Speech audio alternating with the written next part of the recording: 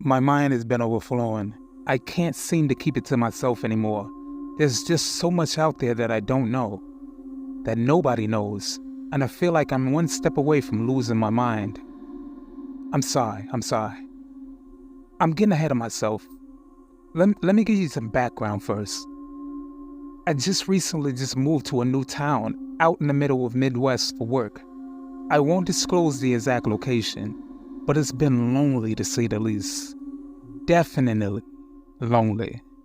I work a federal government job, which really only consists of me editing and proofreading documents with little to no interaction with anyone else. My apartment doesn't allow pets, and although I didn't have many friends before I moved out here, I just had graduated college, so at least I had some interaction with other people. My parents aren't in the picture anymore, and my town's middle-aged to elderly majority population leaves little room to make friends. My days consist of waking up, showering, going to work, coming home, watching TV, and going to bed. Every single day. The most human contact I regularly receive is clocking out at the end of the day, where someone may offer me a goodbye before I head back home. In its own right, loneliness is its own kind of hell. So you might not be surprised to hear that upon my finding a missionary standing at my door, I was almost ecstatic. I hadn't been particularly religious in years, but that was a trait I was willing to forego if it meant that I could escape this self-afflicted prison. A man around my age stood at my front door with blonde, wavy hair, a welcoming smile, and a pamphlet in his hand. "Hi," he said cheerfully, reaching out to shake my hand.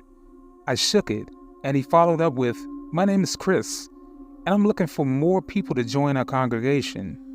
Are you at all familiar with the New Life Church?" I shook my head no, but told him that I would be interested in learning. A complete lie, but come on. I'd been here for 6 months now, and this was already shaping up to be the longest conversation I've had in that time frame. I invited him in, apologizing for the cluster of fast food bags that littered my coffee table and clothes spread across the floor. It's hard to find motivation to keep a tidy house when the only company you have is yourself. He laughed lightheartedly and claimed it was nothing compared to his own living room. I laughed back, and I suddenly felt very self-conscious. Shit, did I even remember how to hold a conversation? But he pushed these worries aside quite quickly. He seemed to be quite eager to talk and didn't mind to lead in the conversation as I tried to hold my own in small talk and answer his questions about my job, my moving here, until finally he relaxed and said, "Honestly, you've got my hopes up now. It's really nice getting to talk with someone else my own age for a change.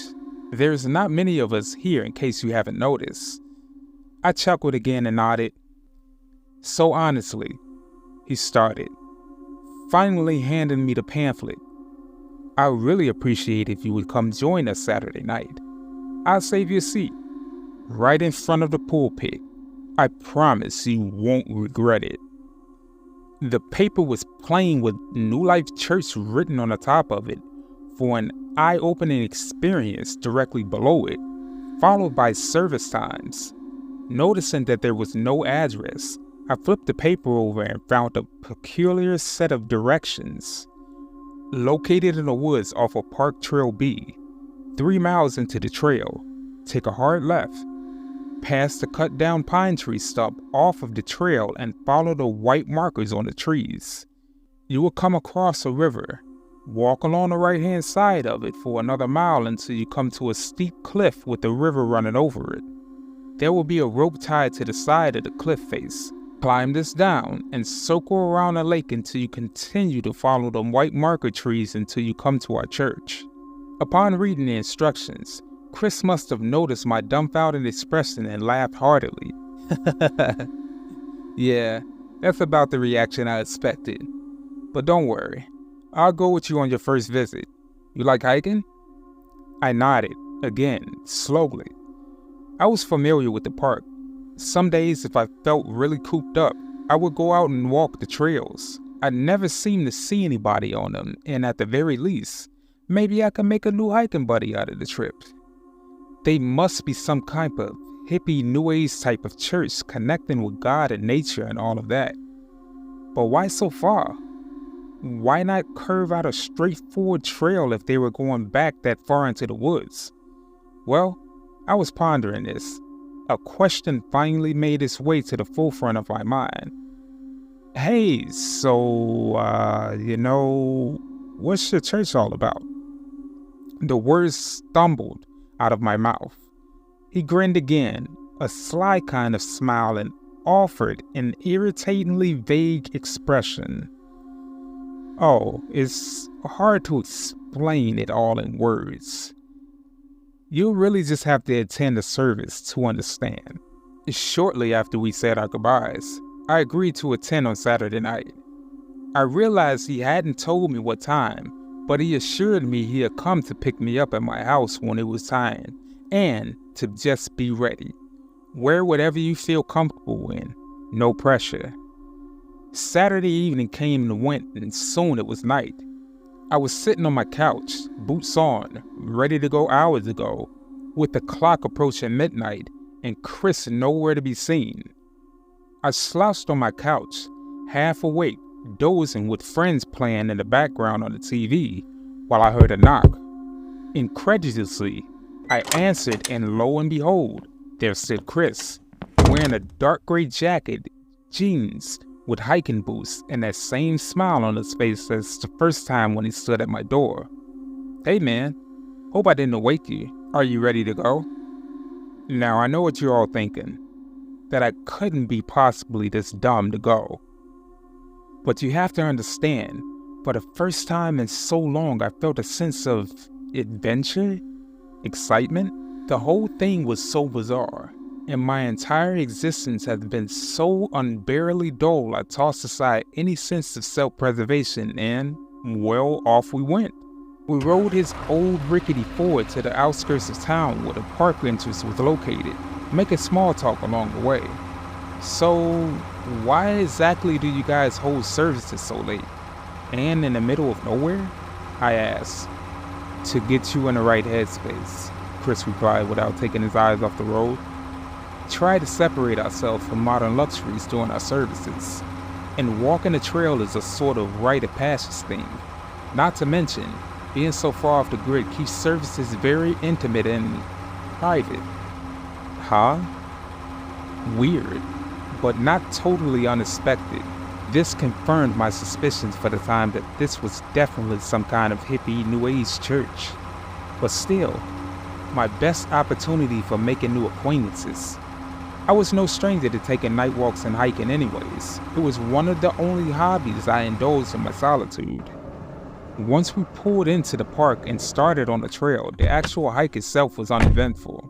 Chris pulled out a heavy-duty flashlight and walked ahead of me, motioning for me to fall in behind and stay close. About a mile in, I noticed how dark it was. So dark it was hard to believe it was natural. The moon had shone brightly in the clear night sky, accompanied by a smattering of stars illuminating the night sky with its light gray glow. But now, under the forest cover, anywhere that wasn't in a flashlight's sights was pitch black. If I had stuck my hand out to the side and looked over at it, it would have disappeared, and the trail behind us immediately vanished into the black. It was as if the only space in the entire world that existed was the ground the light illuminated as I stuck close to my new friend. And I had to stick close, or else I may too be lost into that abyss. Chris stopped suddenly and I nearly bumped into him, which startled me out of my neurotic daydreaming. Alright, in here, he said, stepping off the trail and standing next to a tree with a distinct white mark, is where we follow the markers. Stick close, it's easy to get lost out here, he finished, and I hurried on behind. I lost track of time following Chris through the woods. It seemed to take many twists and turns that I don't even know how it was possible for us to not even gotten lost. But every time I was about to ask him for reassurance, he would shine a light on one of the markers marked on the trees. He kept marching forward confidently, and I followed, falling into an almost trance-like state with the crunching of the leaves below my boots becoming rhythmic and my mind going quiet. Without hardly realizing it, I found myself in front of a deep, loud river just as the directions had promised.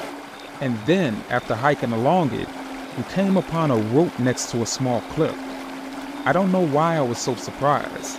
It was like every landmark we reached from the pamphlet struck a bit of anxiety into my heart. I guess even being out here, a part of me doubted the elaborateness of the directions and expecting Chris to pull out a gotcha moment on me or something. And here we were. Like I said, pretty uneventful.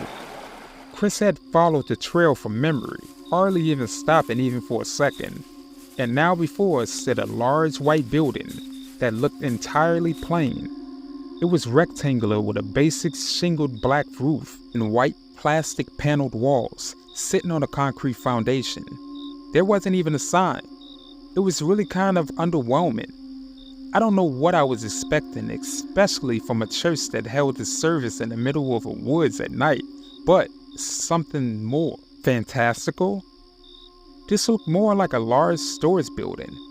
The double doors were coated black, which stood in stark contrast with the white of the rest of the building and rested on top of a couple of concrete steps. There at the top, a tall, imposing man, bald with thick mustache adorning his face and dressing in a plain white button-up with brown slacks. In his hand, he held a large wicker basket. Chris walked right up to the steps and greeted the towering figure. "Good evening, Brother Amos." He shook his hand. Brother Amos only offered a grunt in reply. Chris then gestured to me. "This is my friend Alex. He's going to be joining our service tonight." I couldn't read the expression on Brother Amos' face. He didn't say a word, nor did his face change at all. He just looked down at me, outstretched his hands holding the basket towards me. I blinked, completely unaware of what this gesture meant until Chris whispered to me, "Sorry, I forgot to tell you.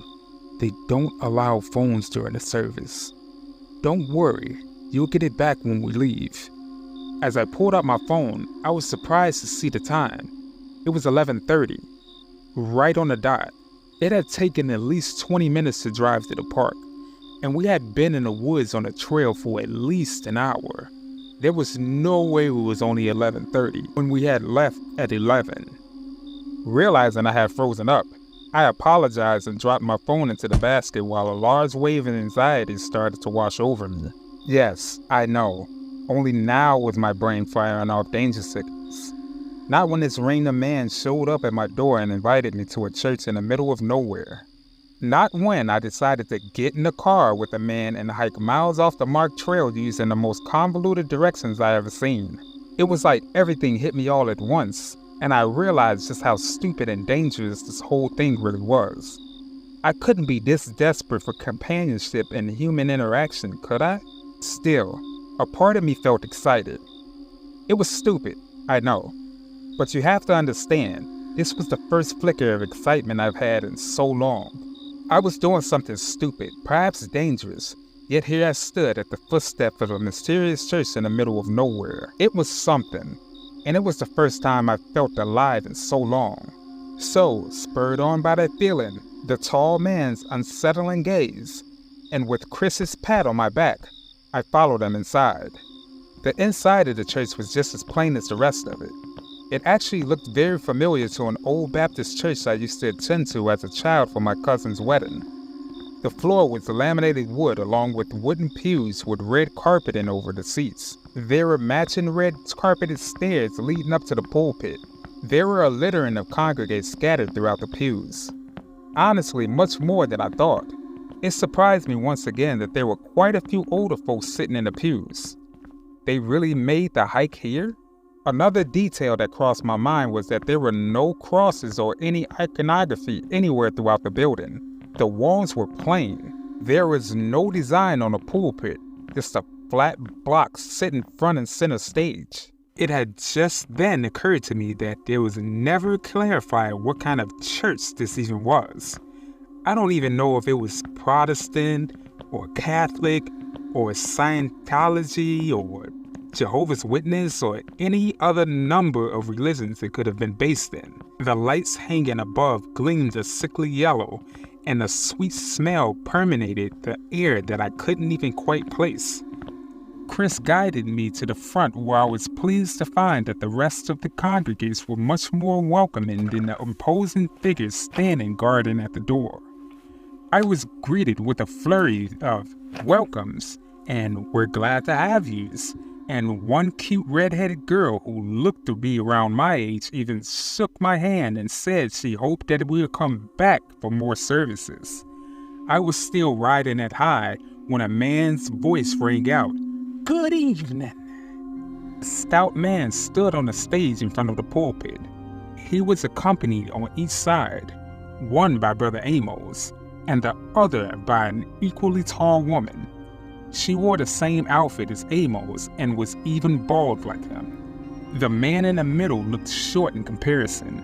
He wore a white robe that looked almost like a hospital gown, and had a short, nearly trimmed goatee and brushed back black hair that showed off his receding hairline. "Folks, as you know, tonight is a special night.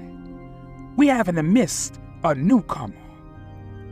He turned his gaze towards me, which made me self-conscious, and I shifted in my seat. "Who by grace will be received into our family, but only," he slammed his fist onto the podium, jolting me, "after experiencing the full depth and transcendence of a service here at New Life Church." A couple of people in the crowd clapped and hollered, and I nervously put my hands together as well. Brother Amos and his counterpart walked into the door in the back and carried out what looked like a stone basin and laid it on the stage directly to the right of the podium, setting it down with a heavy thud. The thing was gray and etchings and markings all over it, and it looked similar to hieroglyphs. At the same time, I noticed that the smell in the room had gotten stronger. It was even sweeter now, sickeningly so. It was so sweet, I could feel it starting to burn my sinuses. I looked around to see if anyone was bothered by this, but everyone was just standing there, looking forward towards the preaching, smiling in anticipation. "So many of us tend to feel lost," the preacher started his sermon as the towering duo walked back into the room behind the pulpit. "So many of us tend to feel alone. So many of us tend to feel trapped. But as we know here, we are never alone." As a couple of folks started whooping and hollering at this, "Rejoice, my friends, into the world unseen. Let it shake. Let it kill you and destroy you. Let it rebuild you in its trust." A smattering of sweat formed on the preacher's brow as he dabbed it with the cloth stuffed in his shirt pocket. "Rejoice!" he boomed, and the congregation cheered in his response. At this time, Brother Amos and his counterpart returned back from the side door, this time holding a pig. The thing bleated and screamed and struggled, and the two giants holding it seemed to be having significant difficulty keeping it still. I looked over at Chris, for some reason I couldn't move. It was like I couldn't feel anything. Something was pinning me to the seat. The smell was now overwhelming, and I could almost see a faint haze permeating the room. They presented the pig to the pastor, who withdrew a mid-sized ornate knife from his breast pocket. My legs felt numb. I tried to shout in protest, but still my throat was closed. The room spun as my heart raced. The smell of overwhelmingly sick sweetness overtook my senses as the pastor cried out, "Rejoice!" as he cut the swine's throat and dark blood poured onto the stone basin. As the blood poured, I felt my mind slip away. The vision started to dance across my eyes as if I felt like my sense of self had entirely dissolved. The color of the blood from the pig seemed to mix into the fog that now encased the room, leaving the atmosphere around me dark red, nearly black. As the fog became thicker and thicker, I saw visions in the cloud. I saw what looked like men rising out of the mud with horrible creatures deformed and destroyed it and old holding their backs. I saw giant beings that looked more akin to mountains than living things, rise mighty hands, and earthquakes devastated the land. I saw the damned rising their fists, screeching their blasphemies in languages long forgotten to man as the creatures that I can only describe as demons laugh. I saw the atrocities committed by the human race, innocents tortured and killed as they begged for mercy, mothers being ripped from their children, and families so thin their ribs pushed against the sides of their skin, huddled against the wall as they succumbed to their hunger. The demons continued to laugh. I saw creatures. They were here with us now, chiding us, laughing harder more as reality crumbled around me. Yet, as I felt my perception of self and my reason dissolve, I felt an overwhelming feeling of peace wash over me. As this feeling overtook me, the fog swirled and the visions around me changed. I saw the strings that held the universe together and the planes of existence above it and below it, constantly tugging on each other, influencing each other. I saw the universe start to form in the formless void, something created somehow from nothing. I saw the unintelligible formation of consciousness in the first beings. I can't possibly relay everything that I saw. I don't think there are words to describe it.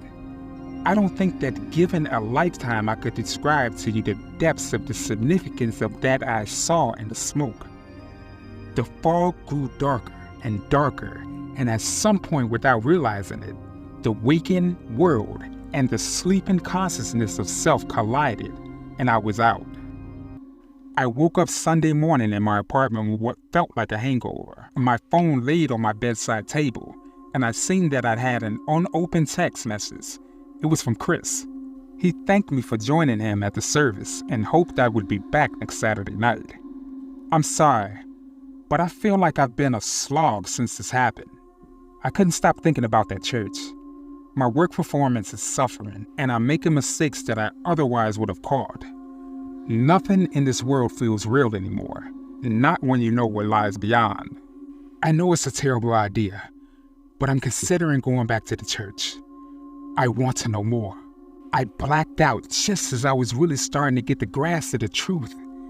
At least, there, I won't be alone anymore. I also feel like the need to discuss what I saw with someone, anyone. I want to share it.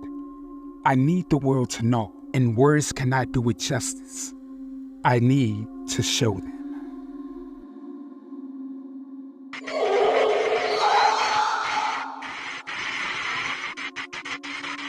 Good evening, everyone. This is Yuri K, and this is the end of the video. Please leave a comment and let us know your opinions on the matter. If you happen to like this content, please check out our other videos. Make sure you like and share amongst your friends and family to help our community grow. You happen to be new to this channel? Please make sure you subscribe. It's free, and you can always change it in the future. You have some terrifying story suggestions? If so, make sure that you send it to my email, fearofthedarkstories@gmail.com, and I'll feature it in a future segment. But you guys stay safe out there, and remember to always be afraid of the dark.